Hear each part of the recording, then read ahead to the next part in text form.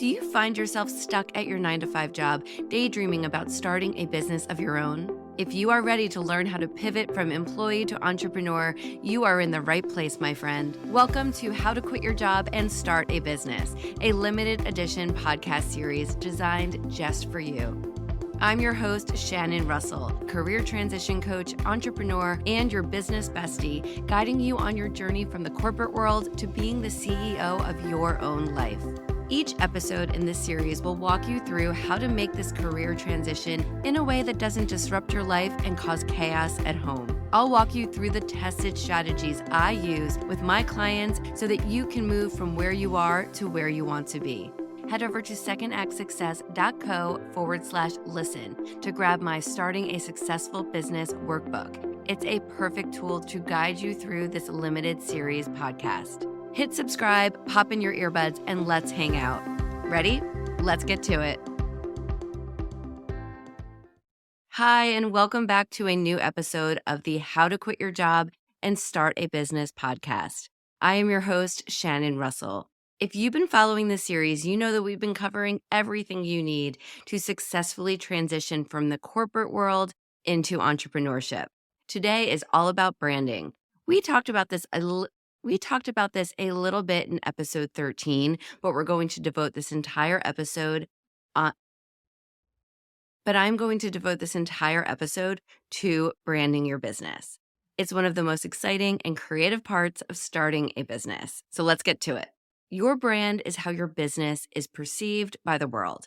So it is picking a name, picking your brand colors, designing a logo, everything that you need to set yourself up for success in the eyes of the world. It's more than just the name and logo, though. It's the entire identity of your business. So a strong brand can really set you apart from the competition, help you build trust with customers, and make your business memorable. Think about some of the brands that you know and love. Maybe it's Apple with their Apple logo. Maybe it's Target with their Target logo. Businesses spend lots of time and money in perfecting their brand, but we're going to talk about it today, and we're going to talk about how you can do it strategically in an easy way to set yourself up to show the world what you're building. First up is the name, of course. That is the first step in branding your business, is choosing that name. So it might seem straightforward, but you want to make sure that you take this decision seriously. You don't want to name your business something that people will have to guess and wonder what it's about. It needs to be memorable, clear, easy to pronounce, and reflective of what the business is about. You want a clear name that's easy for people to remember. Think Apple, Target. You want to reflect your brand identity with your name. So your business should convey the essence of your brand. Think about what makes your business unique and how you want it to be perceived. For example, if your business is about creativity and innovation, consider a name that reflects those qualities. Think about who your ideal customers are and what type of name would appeal to them. Check for availability. This is first and foremost. I say come up with a list of ideas and then check the availability right away before you move any steps further. Not only if the name is available, also check to make sure that the domain name is available so that you can have it for your website. And you want to make sure that your name is not already trademarked by another business. And you also want to think long-term. If your business is going to grow and evolve, make sure your name can remain the same throughout all of the forthcoming changes. After you choose a name, choose your branding colors. Colors play a powerful role in how people perceive your brand. So you want to choose a color scheme that reflects your brand's personality and will appeal to your target audience. You want to look at things like color psychology. Different colors evoke different emotions. For example, blue often represents trust and professionalism, while red can evoke excitement and passion. Think about the emotions that you want your brand to convey and choose colors that align with those feelings. Consider your industry too. Some industries oftentimes the color green is associated with health and wellness, while tech companies frequently use blue or gray. So while you don't have to follow these industry norms, just be aware of them. Also, you want to test your colors if you have a primary color and a secondary color, to make sure they work well together. You can do this easily in an app like Canva, where you can play around, make a few different designs, and test it out. Once you have your colors and everything ready, just create that color palette so you have those numbers to use across all of your website, social media, everything moving forward. All right, you've got your name, you've got your colors. Now let's talk about the logo. So your logo is a visual representation. Your logo is a visual representation of your brand. It's often the first thing people notice about your business. So you want it simple, memorable, and reflective of your brand's identity. Think about the Nike swoosh, the Apple's apple, Target's Target. These are simple logos that if you see it with no words near it, you know what company that logo represents. Yours might take some time to get that way, but if you have a simple logo and you put it everywhere, that can be a simple, memorable, clear explanation of your business too. Make sure you love it before you lock it in and move forward. Next, you want to talk about your brand's voice and messaging. This is important to spend some time on because your voice and the way you communicate, the way you write your content, really plays a crucial step in how people will perceive your brand. So you want to make sure that your messaging is on point. How can you do this? Think about your brand as a person. What kind of personality do you want your brand to have? Think about the brands that you love.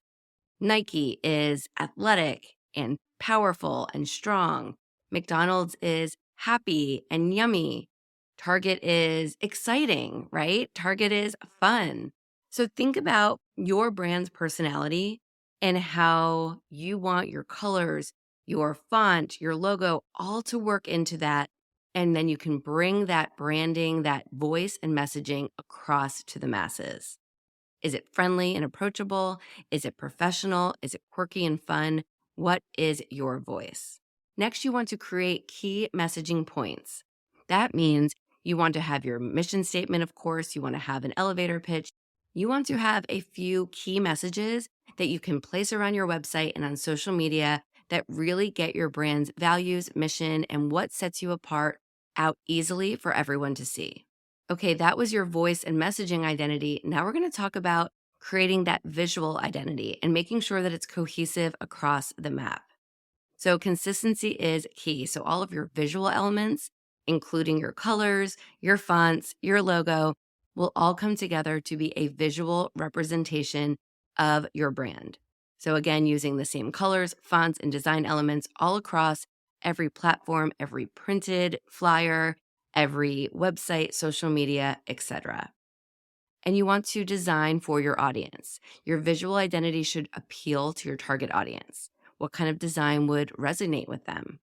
Think about it. A younger audience might want more bold, modern designs, whereas a mature audience might want classic and elegant. So think about who you are serving and design from there. If you have the budget, you may think about investing in a professional designer to put all of this together. You can hire someone to create the branding elements that we're talking about now. You can also create someone to design the website and social media for you.